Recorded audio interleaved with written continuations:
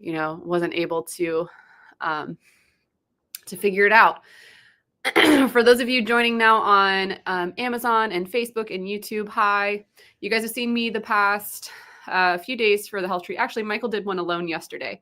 Today's the first day that I'm going solo, and the topic we're covering is, as you can see on the banner on those platforms, meditation, mindfulness, and lifestyle. I'm going to kind of just talk to you guys about several things in regard to this topic. And yeah, Michael, I see you here, your comment core can't fit. Michael is with my daughter, actually. So for those of you that don't know us personally, we have 3 kids between us and 1 on the way. Michael has 2 daughters. We're going to pick them up from school later, which is why the live stream is excuse me, I'm trying to set up on multiple platforms. There we go. Okay. But we have my daughter Wednesday through Saturday. So he's with her today so I can have this talk. Basically, she's only 2. So if my 2-year-old was running around today, a focused kind of lecture would be pretty impossible. It would be entertaining, but it wouldn't necessarily be the lecture that you're looking for with a health retreat. So we just figured that he could go ahead and entertain her. They went to the store to go we're actually going to, here we go. I'll go live on TikTok too. We're going to see Santa tonight, which is my daughter's first time. Hi, TikTok. Welcome, everyone. We're going to see Santa tonight on the Polar Express with all the girls, and they're really excited. So they're going to get like matching Christmas pajamas at the store. It's just something to keep her entertained while I do this for an hour. So he'll be back tomorrow. Yes, I will let him know, Chuck, that you were looking for him. I'll be back tomorrow. We have 2 more days after today. Tomorrow's topic, I believe, I can't even remember right now off the top of my head what tomorrow's topic is. I'm too in the moment. That's me. This is me in general. This is what Michael has to deal with. And then I know the last day we're going to be talking about community. So all right. So it's about 10:15 now, and I think I have everything set up. Michael's going to be so proud of me that I actually got all the streams done. We're on Facebook, YouTube, Amazon, TikTok, and Instagram. So for those of you who haven't met me, hi, Mo, I see you. For those of you who haven't met me, my name is Carrie. I am a 500 RYT yoga instructor. I know for those of you that saw the past couple live streams on days 1 and 2, I was there. 500 RYT yoga instructor, but honestly, I have closer to 1,000 hours in this arena. It's just that the Yoga Alliance doesn't recognize anything over 500 hours because once you have the 500-hour accreditation, they consider you pretty much an expert in the field. But I honestly have about 1,000 hours because I've done continuing education after doing my yoga teacher training, just because I love the topic so much and I really wanted to delve into the philosophy.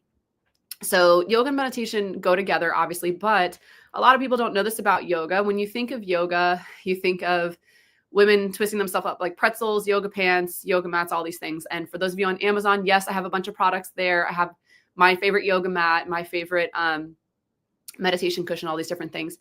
But really, yoga originally was designed more to be an assistance to a meditation practice.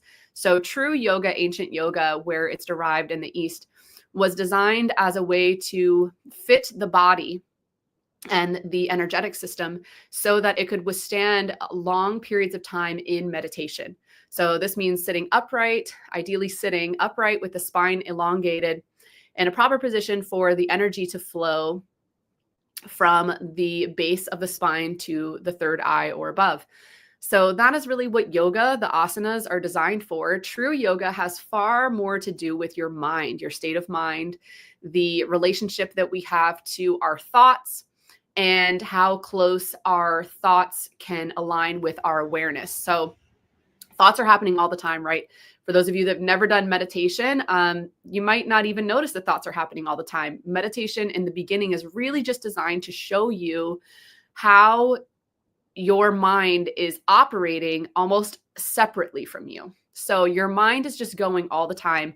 I call it a radio dial. So whatever your thought, whichever way your thoughts are flowing. Hi, everyone coming in on TikTok. Welcome. Today's day 4 of meditation, mindfulness, and lifestyle. So I'm just kind of giving a brief overview of what meditation is. And then we're going to get into easy ways to start a meditation practice and what really helped me in the beginning. So I've had a solid meditation practice now since, I don't even know, 2015. So almost 10 years.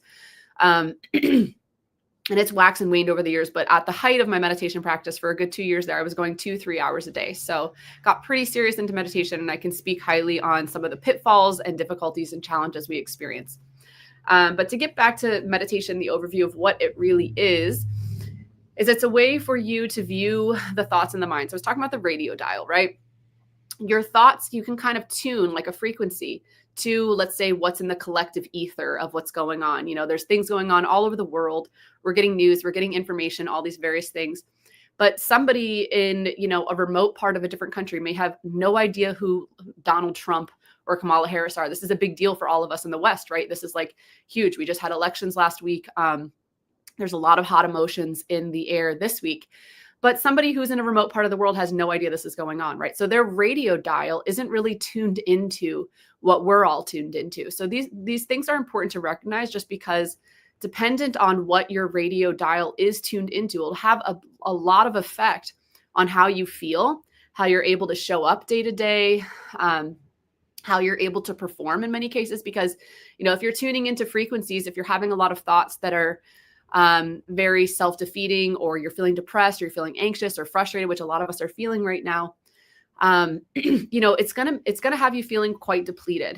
You're gonna find it harder maybe to exercise or work out or even do the day-to-day things you need to do. You got to pay your bills, you got to pick up your kids.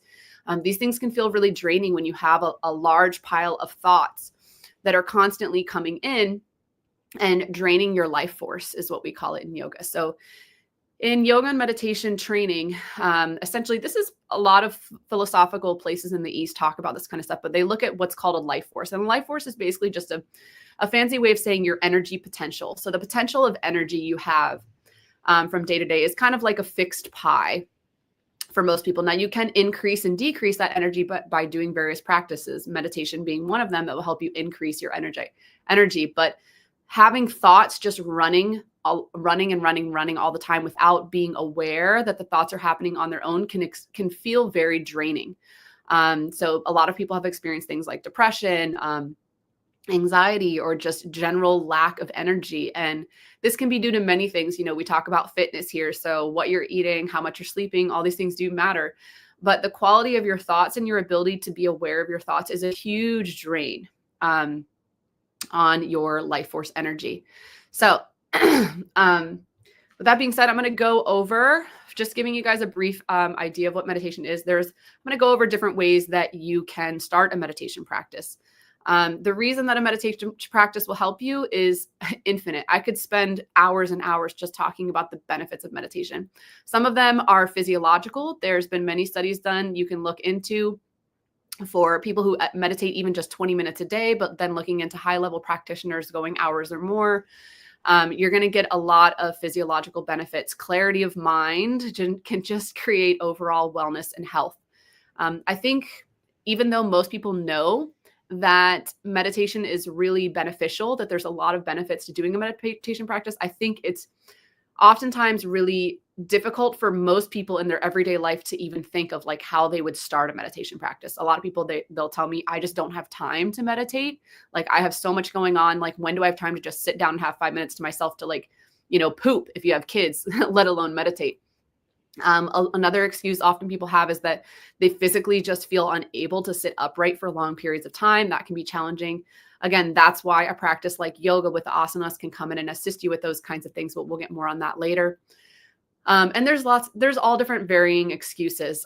Some people would just say, my mind is insane. Like, I've tried meditating, I've tried it a little bit, and my mind is so crazy that this is pointless for me. Like, my friends that have ADHD a lot of times are like, there's just no point in me meditating. But I'm here to tell you that everybody, regardless of what your individual experience feels like in the beginning of meditation, everybody generally feels the same way. This monkey mind, so they call it, in early practices, is something that we all face in the beginning. Just looking at how the utter insanity of the mind is a rite of passage in meditation, and it's a good starting point to know that you're on the right track. If you're sitting in meditation and you're just like blown away by the insanity of your mind, you're doing something right because it is pretty insane. Just left to its own devices without being in a state of awareness, it's nuts. So All right. So let's say a meditation practice. I have a little notes here for starting a meditation practice. A good entry point I give people, I don't care what your excuse is, start with 5 minutes a day. I know all of us are busy. I know many of us have our own businesses and we have kids. I've got 3, almost 4 kids now that I help manage with Michael. But everybody has 5 minutes. And if you don't have 5 minutes, what is an easy way to create 5 minutes is just set your alarm clock 5 minutes early. So that is what I did in the beginning. In the very beginning, this is pre-kids era 10 years ago when I was in yoga, when I was in teacher training, I started a meditation practice actually a little bit before that.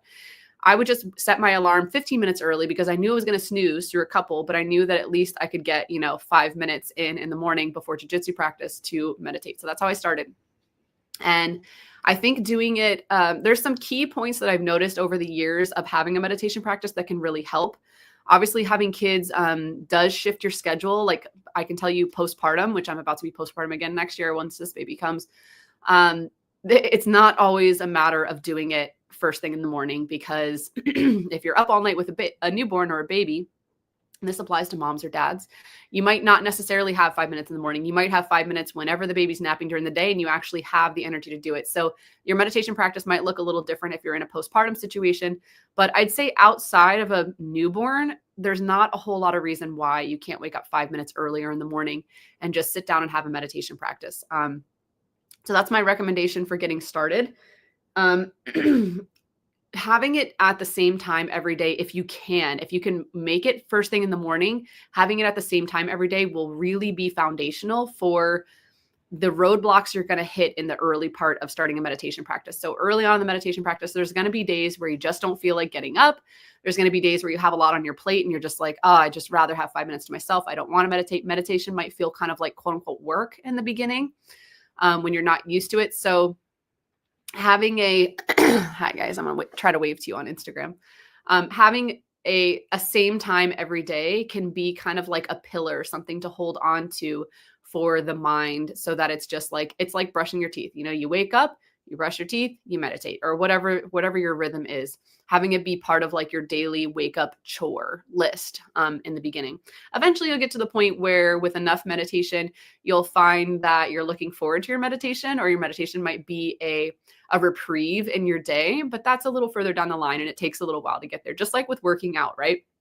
For any of you who've never worked out, you start working out in the beginning, it feels like a chore, it feels difficult, your body's tired, you don't want to do it every day. And then once you get into fitness or working out, or you find something you really like, you actually start to look forward to it. And if you don't get to do it one day, you're kind of bummed out and you're like, oh man, I'm looking forward to my kayaking today, or my yoga, or lifting weights, whatever it is. So the other thing I'm going to sell you for a meditation practice, having the right tools is really important. So I like to use a Rehut meditation cushion. And I don't know that they sell these on Amazon anymore. You might be able to get it directly from the manufacturer, but I did highlight one in the carousel for those of you that are on Facebook, YouTube, or Amazon. There's a very similar type thing. Basically, it's just a cushion. It's shaped maybe like yay big, and it's full of buckwheat groats. So the reason why I really like this one is because for anyone who has lower back pain, even upper back pain, or any kind of back injury, having a really good cushion is going to make or break your meditation practice, especially in the early days. Because in the early days, your body really depends on your physical muscles to hold you upright. Even if it's only for 5, 10, once you start getting into 15 minutes, that can be really, really challenging in the early part without having the right tools. So the actual meditation cushion, the buckwheat groats, you can take some out or add some so that it fits your spine properly, but it'll just help you align and it'll create a cushion around the base of the spine, which will help extend your meditation practice, especially once you start getting into 20, 30 minutes, an hour in these longer times. These cushions are fundamental. And then having something underneath your meditation cushion. I don't think I put one of those in the carousel. And I don't have a preference. The Zabuton that I use, I couldn't find on Amazon because I got it years ago. But you can just look up meditation cushions. Most of the companies that sell the round meditation cushions will also sell you a Zabuton, which is what goes under them with them. The Zabuton is for your knees primarily. So if you're sitting cross-legged, there's various different poses you can do starting in meditation. Honestly, in the beginning, I tell people to do whatever works. Like if extending your legs out long feels the best, do that. If you want to fold your legs and put them to this, like bend your knees and fold your legs to the side of the cushion, that's fine. But a traditional cross-legged position is ideally where you want to start. And then as you gain more and more flexibility, you can start, getting into asana style cross legs where your feet are on one top and the other. But it takes a while to get there. And in the beginning, your comfort is the most important thing, because it's an element that you really want to remove so that you don't in your mind want to excuse your meditation practice for, I just don't want to be in pain or I don't want to feel bad. So even if you don't have any knee problems, a zabuton underneath the meditation cushion will help with like your legs falling asleep, which can happen in the beginning, and just create more comfort. I like to think of myself in the beginning as starting meditation on a cloud. So if I start meditation on a cloud every day, where I have this nice fluffy pillow underneath and I have this cushion on top, it feels much more like self-care than it does like work. So any kind of zabuton, I think that's spelled Zabuton. You can buy a zabuton and a meditation cushion separately, or you can buy them together. Sometimes the meditation cushion is also called a zafu, Z-A-F-U. But again, if you just search on Amazon or anywhere on Google, most of the time they'll sell these things together. And that's really helpful. So the other thing you want to do is create, as strange as it sounds, you want to create a ritual around your meditation session. So this can mean different things for different people. But in the beginning, what I like to do is I would make myself like a tea, oftentimes a ginger tea or a lemon tea in the morning. I would get up, brush my teeth, go to the bathroom, put my hair up, and I would have my tea brewing while I was doing that. Then I would drink my tea and I would meditate. So that was just, it doesn't have to be a complicated ritual. For those of you that are religious, you can ritualize it with a prayer before meditation. You can also, something that's been really helpful for me is you can have little like statues or pictures around where you're going to meditate that will be inspiring. So I like to keep my meditation space in one spot. Some people like to use a particular chair in the house or those kinds of things when you get started, which is fine. But if you do go the route of getting the meditation cushion and the zabuton, as I suggested, I think putting it in a particular spot in the house where it just lives and doesn't move is really helpful, because it creates a certain energy and a certain ritual and association around that space that's going to be more foundational and grounding for the meditation itself. So what I did is I actually bought a room divider, like just a little wooden room divider, kind of like what you would use if you didn't have a closet and you wanted like a little changing space in your room. And I put that out in a room, and then I put my zabuton and my cushion inside of it. So I have this little, like, not real walls, but I just kind of have this sectioned off part of my office where I go to meditate. And then I hang just really pretty pictures. Again, if you're religious, if you have like Christian roots or things like that, you can hang pictures of Jesus. You can hang pictures of the cross. I, in the beginning, just like pictures of like a sunrise and a sunset. I found those really calming and peaceful. So just pretty pictures. I also had some candles that I put up that were just really nice. And then I had an incense stick. So that's another thing. Like when you think about meditation, once we start getting into the practice of meditation, I'll talk on this more, but you want to think about engaging the senses. And you can do this when it comes to the ritualization of meditation. So having something that you light, like a candle, is good for the heat and the seeing of the flame. It's very calming, right? Having incense that you light, so you have the same smell or a pleasant smell every time you meditate, is the sense of smell. So again, you're engaging another sense that's helping you ritualize this meditation practice. And then having the beautiful pictures, like anything that just makes you feel inspired, anything that makes you feel connected to yourself, or honestly, in the beginning, anything that makes you feel like you're caring for yourself, like something that's self-care, right? Like, I don't care. Pick your favorite band or pick your favorite movie and have movie posters. It doesn't really matter, honestly, what it is, as long as it feels like this is my space where I feel good and I'm giving something to myself with this time. All of those things are wonderful. Another thing that I did in the beginning was I would buy myself flowers. So I would go to the grocery store and get myself, a bouquet of flowers, and I would just put those in a vase and I would have those in my meditation session. So every time I went in to meditate, it was like, excuse me, I have these beautiful roses. I have a candle lit. I have the incense lit. I have my little cloud that I'm sitting on. I have these beautiful pictures of sunrise and sunset. And it was just really nice, like just a nice way to start your day. I'm drinking my tea, I finish my tea, I do my meditation. So something like that. Thanks, Chuck. Yeah, I just saw your comment. Yeah. So these are all suggestions I got too from mentors of mine over the years. And like I said, through trial and error, I've learned what works and what doesn't. So eliminating all your distractions, making sure that you're physically comfortable, starting very small, 5 minutes a day, and making sure that you have a ritual and a space that invites love, self-care, and nourishment and inspiration to you. Those are all things that I would say are great foundations for meditation practice. So then once you start meditating with your 5 minutes a day, we talked about this on day 2 with goal setting. Something that can be helpful for the mind is to know why it's doing what it's doing. So 2 things I'll say to that for the why you're meditating. One thing that might be helpful for some of you is looking up the studies on meditation, looking at what some of the benefits might be, looking at the ways of how it'll plug in and serve you specifically in your life. There's athletes that use meditation to level up their game. There's lots of different ways you can apply meditation. So find a way that has it make sense for you and inspires you.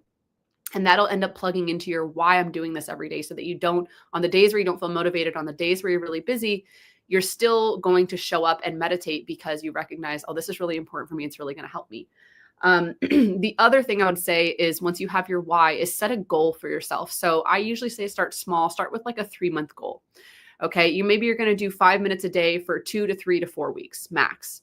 Then you're going to increase. You can increase by a minute or 2, depending on how your first 2 to 4 weeks went. For some people like me, you start meditating 5 minutes a day. Within 2 to 3 weeks, I was very much looking forward to 10 minutes a day. I'd already been doing yoga for a while at that point too. So physically I felt capable, but for some of you, the physical aspect alone might be challenging. So if you're already struggling with 5 minutes and you're feeling pain, don't keep going forward. Wait until you find a comfort zone and you're feeling confident with your 5 minutes, and then just go 1 minute more. Just go to 6 minutes. After 2 to 3 weeks, make it 6 minutes instead of 5.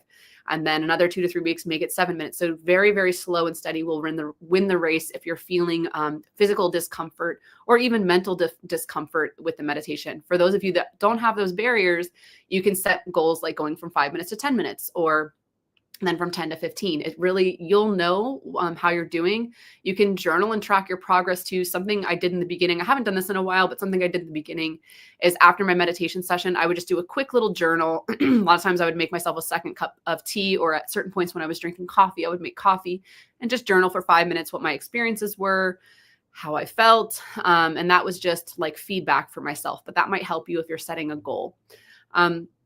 Once you've set a 3-month goal, assess your progress at the end. How many minutes did I make it? How am I feeling? What else have I noticed in my life that's improved as a result of me doing this?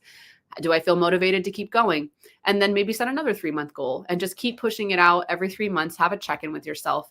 And before you know it, a year will go by and maybe you're meditating 30 minutes a day. It's totally possible and doable. I can tell you, I've done it. I know a lot of people who've done it, and no matter what stage of the health or fitness or spiritual journey you're on, having a daily meditation practice, even if it's only 5, 10, 15 minutes, or if it's an hour a day, will do nothing but benefit all the areas of your life. Because again, like I said in the beginning, you're just creating more opportunities to increase your level of awareness with the thoughts that are endlessly racing in your mind, regardless of whether or not you're aware of them.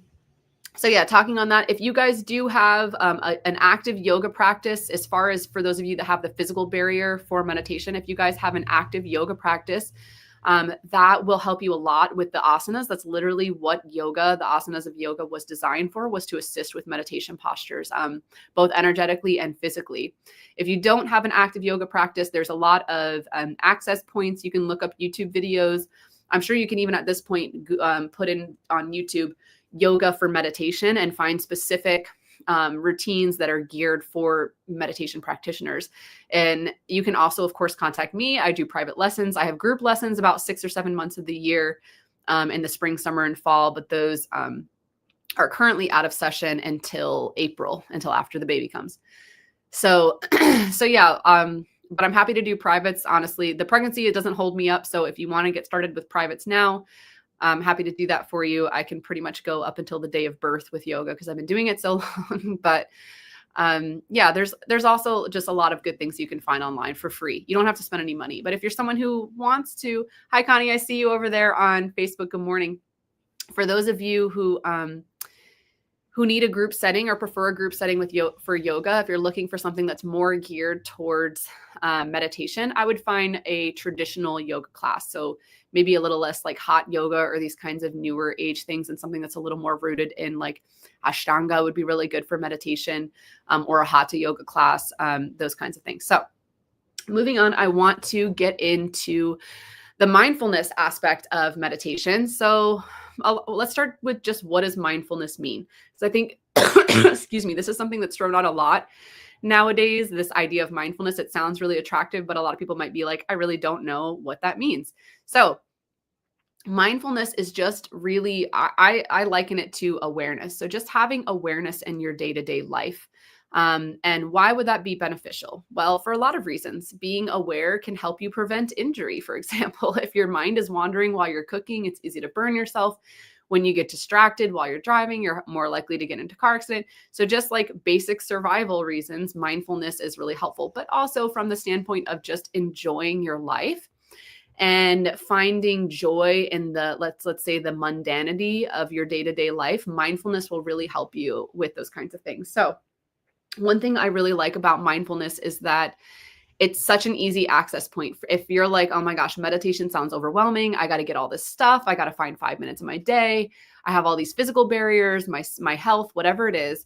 Mindfulness is something literally anyone can do. So what I tell people when I'm saying, let's start a mindfulness practice, let's be practical about starting a mindfulness practice. The first thing I tell people to do is make a list, excuse me, of all the things you do every single day.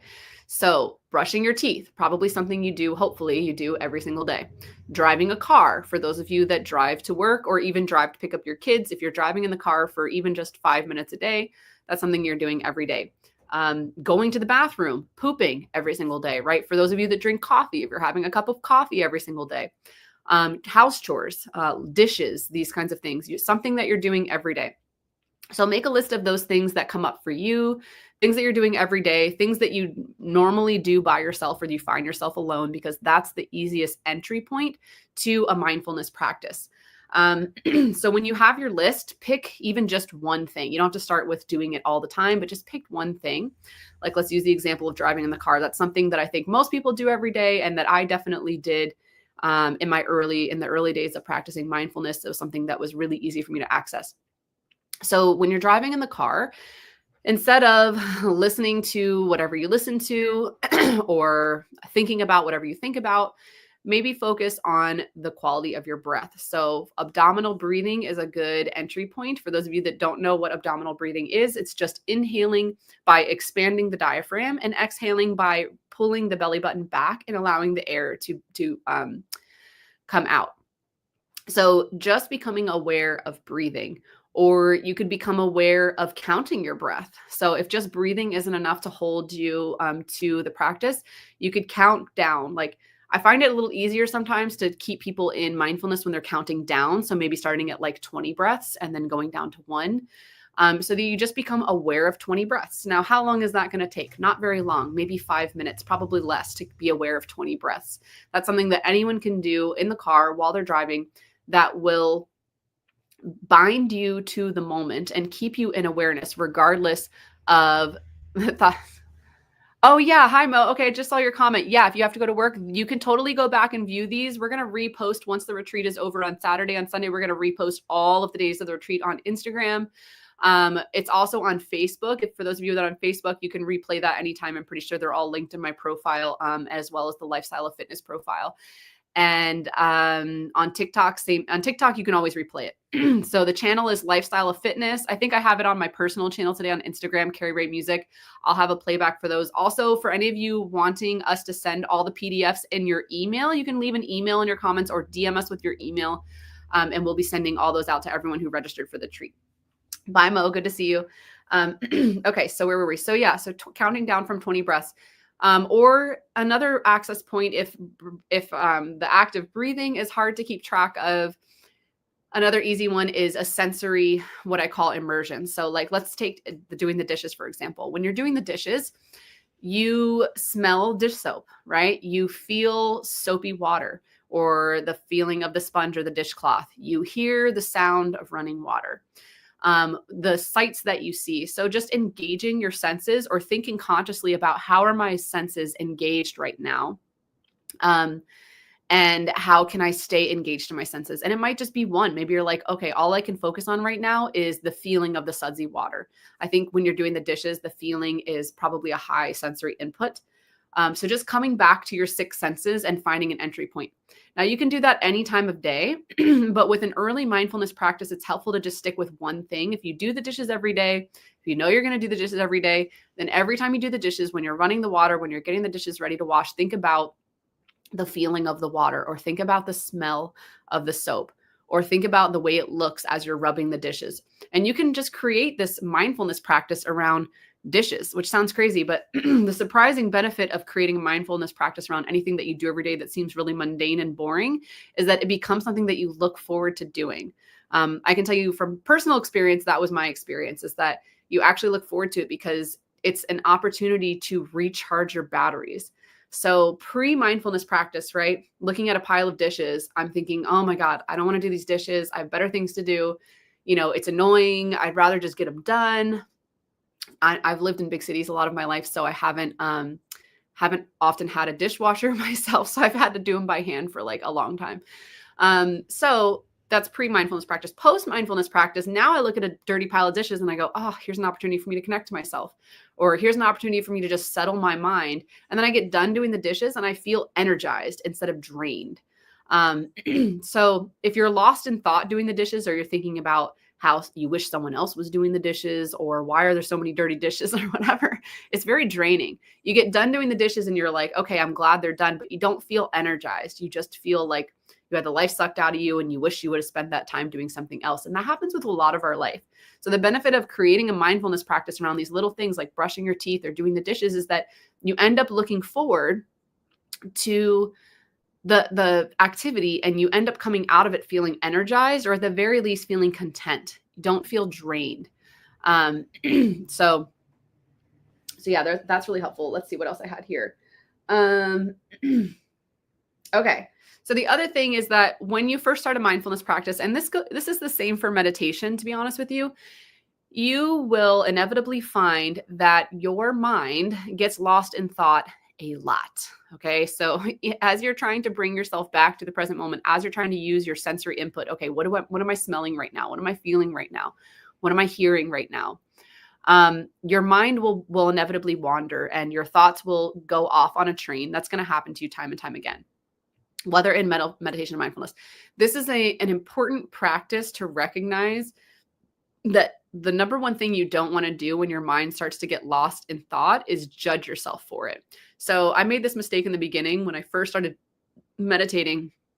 I have more of a type A personality and I'm pretty strong-willed. So when I decide that I want to do something, I kind of force myself into making it happen, which has served me in the past. But 10 years after meditation, I've realized how detrimental this practice can be, of forcing yourself to do something that your whole system isn't on board with.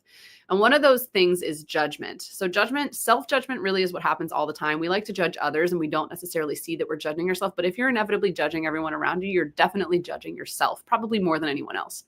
So when you sit in a meditation practice, it's a really ripe time to actually look at this with the littlest things, right? Like in the beginning, my meditation practice was just focus on the breath. Do nothing but focus on the breath, okay? Which seems really easy on paper. But I had a lot of challenge just focusing on the breath. My mind would wander. I would get lost in thought. And then I would get frustrated with myself for getting lost in thought. I would judge myself and beat myself up for not being able to just do the very simple task, what I felt at the time, which was focusing on my breath. So what I learned later is that allowing the thoughts to go without judging them and then just pulling yourself back to the breath is so much easier and less energetically draining than the judgment itself. So it might seem a little tricky in the beginning because I think most people's autopilot is to get frustrated when we can't do something, or to get frustrated when our mind gets lost in thought. You know, if you're sitting there trying to meditate, right, the idea is, okay, I'm trying to bring myself into a sense of peace. I'm trying to focus on my breath. And then all of a sudden you're thinking about, oh, I got to make sure I get a copy of the car key later. And I got to make sure that like when I pick up my daughter, I got to get her shoes for next week. She's got the dance recital. But like your mind is just going to continually give you what I call little carrots, dangle little carrots out for you to attach to so that you can just go off on that train of thought and pull yourself out of the present moment. This is a very, very normal thing. But instead of taking the ride, or even if you do, once you become aware, oh, I've eaten a carrot, I've taken the ride of this train of thought, all you have to do is just come back to the breath. You don't have to feel bad about that. You don't have to judge it in any way. If it's helpful for those of you that are parents, or for those of you who are business owners and you constantly have task lists running in your mind that make it difficult for you to sleep or difficult for you to slow down and meditate, something that could be helpful in the beginning is keep a notepad and paper next to your meditation cushion. And if something comes up that feels really like, oh, this is important, I can't forget this, just write it down. Just pull yourself out of your meditation practice, write it down, and then go right back to the breath. Because I found that to be a lot easier in the beginning than getting frustrated about the thought or trying to ignore it. It would continually knock if it was like a reminder type thought. So these are little tools in the beginning that can be helpful, so that you don't judge yourself. If you can't go through with the 5 minutes, or if the 5 minutes feel excruciating, that's fine. Try again tomorrow. If you only make it to 2 or 3 minutes, great. You're 2 or 3 minutes ahead of where you were yesterday. Try again tomorrow. There's no real benefit or need for judging yourself or becoming frustrated with the meditation practice. It's just going to end up feeling like, we talked about this before, like a whiplashing. So you want meditation to be a safe place where you just feel like, I'm giving something to myself that's valuable. I'm nourishing myself. This feels good. And you want to look forward to it, ideally. So those are all really important in the beginning, because everybody, for those of you that have never done it, or for those of you who tried it and said, I just can't do meditation, listen, everybody runs into these roadblocks. You are not alone. Even the best practitioners in the very beginning, when you ask them about their experience, they're going to say, oh yeah, I totally used to get lost in thought. Oh yeah, I totally used to judge myself. Oh yeah, I felt like crap getting up in the morning. Like, everybody deals with that stuff. But just like anything else that seems difficult, something that you really want, like working out, setting these goals, hitting these goals, showing up for yourself over and over again will just over long periods of time create confidence in yourself, create trust in yourself, create resilience in yourself, and give you new abilities and new potentialities in your everyday life that weren't accessible to you before the practice. For those of you that never worked out and then started a fitness practice, you can definitely attest to this. I mean, doing fitness for, 3 months, 6 months, a whole year when you've never done it before, your life completely changes. The options that are available to you now after your practice, after showing up, day in and day out and showing up for yourself, are very different options than what you had prior. Even if those are just mental and emotional, like, oh, I used to have annual depression, or, oh, I used to, be a really anxious person. Now I work out every day and I don't feel those things anymore. That invites a whole new potentiality of human existence. Meditation is very similar. If you're just on autopilot doing your day-to-day life, you're not and not finding time and space and creating time and space for awareness of your mind and awareness of yourself and awareness of your experience, you're there's no better way to say it than you're limiting yourself. You're really limiting yourself. And it's not conscious, so that's not like something to feel bad about. But once you start the meditation practice, once you start showing up for yourself, and once you prove to yourself that you can do it, you will see yourself begin to expand as a natural byproduct of this practice, which is why I keep harping on anyone who's in health and fitness to just start a meditation practice. Luckily, Michael loves and trusts me. For those of you that know Michael, he has started a meditation practice. He's kind of dabbled a little bit here and there in the past, but he's really stuck to, for a while now, doing a consistent daily meditation practice. And he's showing all kinds of, my daughter and Michael are back speaking the devil. So you guys might get a little interesting here for the next 15 minutes or so. Have a meditation mindset. Yeah. Mama, hi, honey. You did? Oh my. Okay. All right. I figured we're just gonna tag in here. Yeah. So I pretty much covered most of the stuff. I think I touched a little bit. I want to touch a little bit on meditation more before I get into the lifestyle portion of what I want to talk about, which is just the actual meditation that you do. Now, here, you want to come sit with me and enjoy your cookie? Okay. This is my daughter, everyone, if you don't know milk? her. This is Anna. Anna, do you want some milk? No? No. Okay. So in the beginning for meditation, an easy one to do is just the breath. So just become aware of your inhales and become aware of your exhales. There's so many quick 5-minute meditation routines that you can find online. So if that one just seems inaccessible, you can go with a guided meditation. Just to get started, I think guided meditations are really helpful. There's lots of free ones on YouTube. There's apps that you can download that are free that can help you with guided meditation. But if you don't have an app or you want to just get started yourself, watching your thoughts can be another way that you can, as an entry point for meditation. I started with the breath and I recognize, thank you, Nathaniel. Yeah, she's very cute. I started with the breath and I felt like the breath is just a solid way to do it. And I mean, even now, 10 years later with my meditation, I'm still in some ways, not all the time, but part of my practice is incorporated still with focusing on the breath because it's just so accessible and helpful, and everybody breathes, right? Everybody has to breathe. So that's what I recommend for your 5 minutes is just focus as much as you can on your inhales and exhales and lengthening your inhales and exhales, not to an uncomfortable level. So if you're feeling uncomfortable, if you're like, oh, it's straining with your inhales and exhales, you've gone too far. So just start with a really gentle, focusing on lengthening your breath and becoming aware of your breath. I believe any of you could do that for 5 minutes.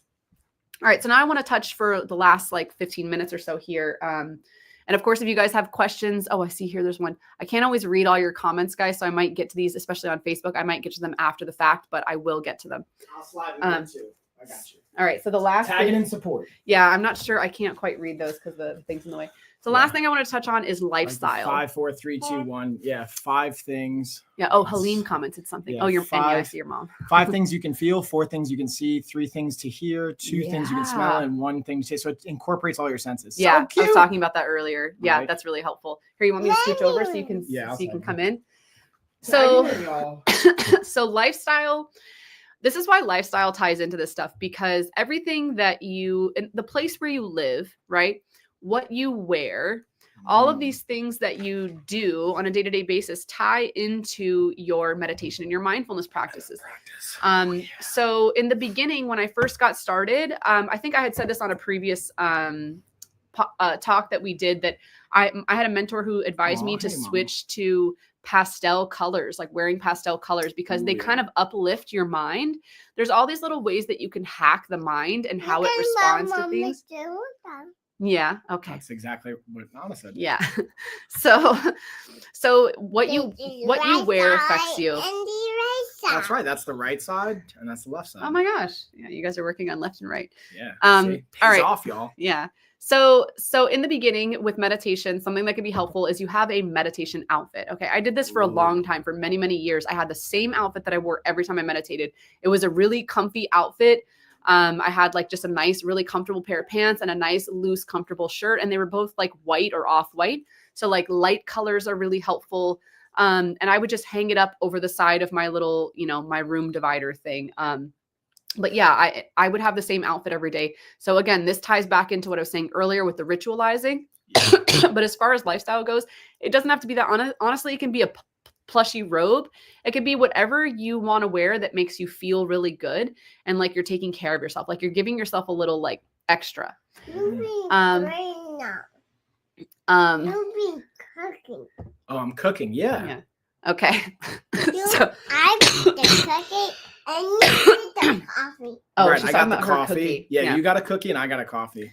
Yeah, I guess. Okay. Cheers, y'all. You guys went on to get coffee. So the other aspects of lifestyle is your house, right? So it's really, I will say it's very challenging for any mind, meditation aside, to feel calm and feel the desire to create a calming space if your house is a big freaking mess, okay? If you've got a big messy space, if you have a lot of chaos going on, any mind in chaos finds it hard to settle. So do yourself a favor before you set up your meditation area, your space, at the very least, wherever you're meditating, have that space be organized. Have that space be aesthetically pleasing to you. Because if you have to like move things to get out of the way to get there, if any barriers, they're just going to make it more difficult. So yeah, I think it's it's beneficial to, obviously, if you can keep your entire space clean. You know, we have 3 kids between us, so that's an ongoing battle, but we do a pretty good job. We do a pretty good job. You want water? Okay. But keeping your space clean is going to help your mind feel calm and give you more energy to sit down and do something like a meditation practice. Because especially for those of you that are type A like me, if you sit down for meditation practice and there's a huge pile of dishes and there's stuff everywhere, part of the thought, the little carrot that's going to get dangled is like, look at all the stuff you could be doing instead of meditating. You have so much on your to-do list. Just get all that out of the way first. Create a system to where at nighttime, let's say, like we do this a lot when all the kids are asleep, that's when we clean. We'll do dishes, all these things, take our showers, whatever. So that way, when you're waking up early before everyone else, you're ready. Your space is ready to help you sit down for meditation. So yeah, that's really what I wanted to touch on lifestyle wise, is that the aesthetics of your space, not just keeping it clean and organized, but keeping it pretty. Like these little things here, like I have the tapestry in the back, that kind of stuff is really like this nice full moon and like the mountainscape. That's really calming to me. So having like a tapestry where you meditate can be helpful. Well, I was going to ask, like the painting that I have, remember we were talking about that too? Oh yeah. Like you're going to set up, Carrie and I were discussing like setting up this like meditation space and having those cues, like having whether you're like candles and all those things. But one of the things that I like for maybe those that it seems less accessible, because I have been a little bit newer to meditation than Carrie has. You've been doing it for like how long? I was just thinking almost 10 years now. Yeah. So, and obviously that's what we discussed. Sometimes when you're so far removed from the initial onset of something, it's hard to remember what that's like. So for me, having the painting is a nice cue in that corner. It's not even the full room. It's literally just having one wall with a painting. Yeah. And for me, it's actual like a samurai overlooking Mount Fuji with a cherry blossom tree. Yeah. So just visually, I really like that. And that's something I'm curious, like. Yeah, I actually already touched on that in the beginning. When I was talking about setting up your space and ritualizing, I was like, put a pretty sunset, put a pretty sunrise, like whatever it is that's inspiring to you. For Michael, both of us really love anime. We grew up on anime, and that's one way that we connect. And like the samurai painting with the cherry blossoms just plugs into that stuff. And it's something that is inspiring when you look at it. So I told him, I'm like, even if you pick like your favorite band and you just have band posters, it could literally be anything. Like if you're only 14 years old and you're obsessed with, I don't know what the 14-year-olds are obsessed with music wise, but like Minecraft. Yeah, whatever band, like put up band posters. You know, it doesn't really matter what it is. You know, religion is obviously an access point for a lot of people because they're feeling like they're connecting to a higher source. And I think that's great. But for those of you who don't have that, or that doesn't do anything for you, you know, just connect to what makes you feel good, what inspires you. It could even be quotes. I remember in the beginning too, I would take like certain Rumi quotes or different quotes and put some of those on the wall too. So sometimes just seeing, you know, the wise words or words that you would look up to someone for saying can be helpful. And I would even put those in different parts of my office too, to be honest. Like I was really into, in the early days, hacking my office space to facilitate and continuously give me cues to remind me to meditate. So even like by my work desk, I would have little quotes and little pictures of like a man, you know, like a god sitting in meditation pose. And it would get me excited to have my practice. So yeah. Anna, what do you think about meditation? Yeah. What does meditation look like to you? I think Anna's meditating all the time. Yeah, all right, please don't take the table. Live, laugh, love. Yes, yeah, live, right? love. Exactly. Yeah. Whatever.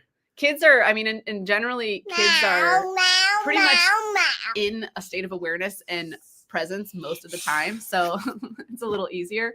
Also, I want a cookie too. Yeah. So wait, can we actually like just a hard pivot real quick when it comes to like cookies and different stuff? So we like got cookies. Yeah.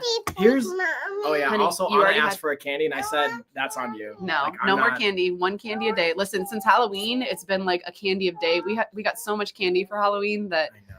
Well, we got a cookie and we didn't have any candy today. Normally we're a no candy household, but the Halloween thing, I'm like, oh my God, I didn't realize it was going to be as much as it was. Can we have one candy? No, honey, we already had one. No more candy. And not only did you have a candy, but now you have cookie. Yeah. Listen, and we're going to, I told them earlier, we're going to be doing Polar Express tonight. So for those of you that don't know, see your mistakes. What'd you say? See your mistakes for the victories there. Ooh. Yes, indeed. Yeah, that's a good one too. Yeah. Here, you want to get up? Here. Okay. Go roam about. Don't touch it. Don't touch it, baby girl. The excitement. So I tried to time it where we'd have like 10 minutes left before we got to head out. So hopefully you guys don't mind. We get to incorporate, because this is the other side of it too. For those that can relate from a family's perspective, right? Like the family component's going to always be a variable as well. Yeah. So like and something I was discussing with Carrie, like thinking about waking up at 5 now instead of 6 to start carving out more time for meditation or that morning stuff. So and it can look different for everybody, but I'm curious, what would be the one thing, maybe you already covered this, but like this is just for my own curiosity. What's the one thing, if you want everyone to take away one thing from this like conversation, what would be like one actionable thing to take away? Start a meditation practice. Ooh, there you go. And what would be the minimum effective dose? Like 5 minutes a day. Minutes, like, okay, so 5 minutes. Yeah. I mean, I even said if the physical is a barrier, even 2 or 3 minutes. Because for some people sitting for 5 minutes, like if you're in your late stage of life, sitting for 5 minutes might be physically kind of exhose And you know what? I'll even say for those of you that are physically like finding candy, little girl turns into a girl. Yeah, right.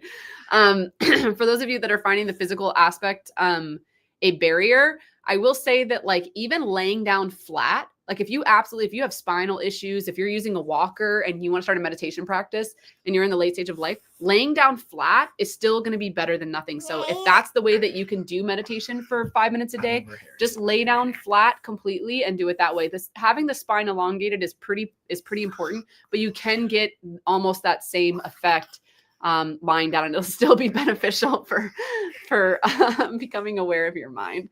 I don't know. Anna's really enjoying. She doesn't normally get to see like cameras, yeah, like the selfie mode. So she's like, "What?" This is a fun thing for her. Oh, I love you, honey. I love you. I'm missing your ring. Yeah, I got earrings on today. You want to see it? So there you go, y'all. That's your actionable step to be able to take. Just start 5 minutes. 5 minutes. Preferably in the morning or where you have that you want to go get your earrings in your schedule to take that time. And voila. I wonder, like, what if any questions or things that come up? Because, like, I figured we might wrap up like 5 or 10 minutes early, so we can go get Tessa. We're gonna go pick up Tessa from school. Oh, we're gonna go. Anna's gonna go get her rings, and that kind of cues me on something I'm curious your thoughts on. So, do you want help finding it? You want me to come help you, or do you want Mama to come help you? What was your question? Of using a like totem, or like cause she's getting a ring, right? So if you put on like a necklace, or again the outfit, or because like Kobe Bryant was kind of infamous for that, and his mindset coach would talk about that. Yeah. So I think about using a totem and putting in like a physical cue for any activity. But I'm gonna help Anna get these rings. Okay, thank you. Yes, that ties back into what I talked about earlier with the ritualization aspect. Like humans are creatures of ritual, and if you don't consciously do this, you're doing it already unconsciously. So better to set a conscious intention and be like, okay, I'm going to create a ritual or an attachment to this thing that inspires me to do this other thing that feels good, rather than just unconsciously ritualizing whatever it is you're spending doing your morning that feels depleting or doesn't feel energizing. So yeah, having a totem. I'm trying to think if you know what? I did have a beaded necklace. Oh, I see. Yes. So like, even like having gems or like rocks. Yep. Honey, please don't shake the table. Ready? Here, I'll help you. All right, here. Come here. There you go. There you go, boo. I do actually have a necklace. What are they called? I can't remember. It's a Rudraksha bead. So this is something that a mentor of mine recommended. You know, when I was in the yoga teacher training, he had one. And you can find these on Amazon. I didn't tag that. They're just like these little beads. And basically what's interesting is that if you cut the bead in half, there's these little nuts that grow from a tree. But if you cut it in half, it looks exactly like a human brain. So this is something that they've used for years. Yeah, something like that. But this is something they've used for years in meditation. But it doesn't have to be that. It can be any kind of like your favorite crystal, or it can even just be like a gold necklace. Or okay, honey, you can sit, but please don't kick the table. Okay, deal. So yeah, and I still use that. And even, I don't know, there's all kinds of stuff that I've used over the years. I have like a little, what's it called? Like an incense holder with a bunch of little gems in it that people have given me. Nothing that I've bought, but people have given me gifts over the years. And I've kind of just used the positive attachment I have to those people, or the love I have for those people. Someone just commented, I didn't see it. Yeah, I'm going to just check the comments just to see if there's anything. Yeah. Also, thanks for the follow on Amazon too, y'all. Yeah. And wherever you guys are watching this, just a quick Thank you. Plug. Yeah. Thank you. Anna says thank you. Subscribe, follow, whatever works best for you on whatever platform. You guys will see the rest of the content. So let's see. What is a good what is the goal of meditation? What are we trying to achieve? So yeah, I touched a little bit on about that earlier, but the why you're doing it might differ from person to person. So what I suggest doing, like for me in the beginning, the goal of meditation was to just discover what the benefits I would have in my life as a result of meditating. Someone I really trusted who was a very influential and loving mentor of mine told me to start doing it. And I saw the way that he was living his life and everything that he was doing, the way that he behaved, what he had was all things that I wanted. I was like, I really want to live this guy's life. Like, I want to be like him. I want to feel like him. I want to behave like him. So I really trusted what he told me. And I just started doing it. And that was a long time ago. And that was enough for me. That was enough of a why. It's just, you know what? I believe that this person has my best interest and this is going to benefit me. So I'm going to stick with it. But what would be good is if you just research benefits of meditation or studies that reveal different benefits of meditation. Or if you like, let's say if you're really into fitness, how can meditation help fitness? Googling things like that. Even recovery. Yeah. And getting some concrete. That's another thing too. Cellular recovery. All right, honey, you can sit on my lap. Remember what I said? You can't touch the table. Okay. If you touch the table, mommy's got to put you down. Okay. So anyway, I think curtailing the why to you is going to have a lot more sticking power than any why that I give you, because unless you're like my client, I'm working with you one-on-one and you really trust me and you're like, okay, you telling me to do it is enough. If you're not there, then find a why yourself. And there's lots of different avenues you can go for looking up different benefits of meditation that I guarantee you, whether you search something more specific to you, or if you just generally search benefits of meditation, you'll be able to find something that's enough of a umph and give you enough energy to do it that you're going to be like, okay. And when you do find that why, writing it down can be helpful too, and putting that up in your meditation space. Like, why am I doing this? I mean, like if you have kids, a why could be, I want to be a better parent for my kids. I want to be more present with my children. That could be enough why for a lot of people that I know who find themselves losing their temper or not feeling present with their children. Or I want to recover from working out or whatever sport you do. I want to recover twice as fast. And then writing that down and putting that up in your meditation space as a reminder. So yeah, that's a really good question. And thanks for getting us to circle back to that. So you can get more specific. I throw in, like, from a newbie's perspective, what comes to mind for me? Because Nate, I feel like I can relate to you a little bit more with where we train, obviously both training at Rogue or our interests and things around that, and having more insight to you. I'm not going to tell you what to do, but for me, to your point, like, it's hard to say for everyone, but what feels accessible is being able to, for my personal intention was to just like touch base with myself, like feeling what do I actually want, like slowing the day down, especially with kids and owning a business and all the other things that I manage. So to me, the biggest opportunity there was like slowing things down and even visualization. So Nate, for like jujitsu or Muay Thai or weight training, I would even, sometimes I visualize. How do I want to feel, right? Do I want to feel energetic and sprightly and mobile and supple? Or sometimes it's just like, what do I feel today? But lately it's actually been a lot of like visualization of what do I want my life to look like. Interesting. Not going to the weeds. Hopefully that helps, Nate. Like, so for, again, from a new perspective, I tend to almost like bounce around a little bit with a couple things, but just like starting with, hey, this is my why, my intention. Because we talked about goal setting and habit management yesterday, that you might piggyback into this habit too. But yeah, I think that's pretty much it, because we got to start to roll out now. Yeah, time to load up the car, y'all. We got to start to roll out. We got a very big day with Santa and riding trains. Polar Express, baby. See you guys then. We're going to practice mindfulness while we're on the train with the kids. Mommy. You want to what, honey? I want to jump. You want to jump? Oh, you want mommy to bounce you? Okay. Okay. All right, well, let's do a cheers. We'll sign off. Cheers across the board. I only have a, You got your water? Do you want to get your water? Anna has a cookie. Anna, you want to cheers your cookie? No. She doesn't know what I don't think Anna, she's not quite on the cheers level yet. Cheers, y'all. Cheers. Cheers. Bye. And then we'll be back tomorrow, 10:15 again. Tomorrow is going to be nutrition. Oh, nutrition. And mental clarity. That's gonna be a fun one. Energy. So that's going to be really cool. Yeah. Cheers. Y'all. And by the way, nutrition folds into fitness and meditation as well. So we can hack your nutritional situation for bringing these practices online. Yeah. Yeah. Eating is a good opportunity to be mindful. Yeah, that's a good one too. But yeah, thanks y'all. Bye. Bye. Let's sign off here.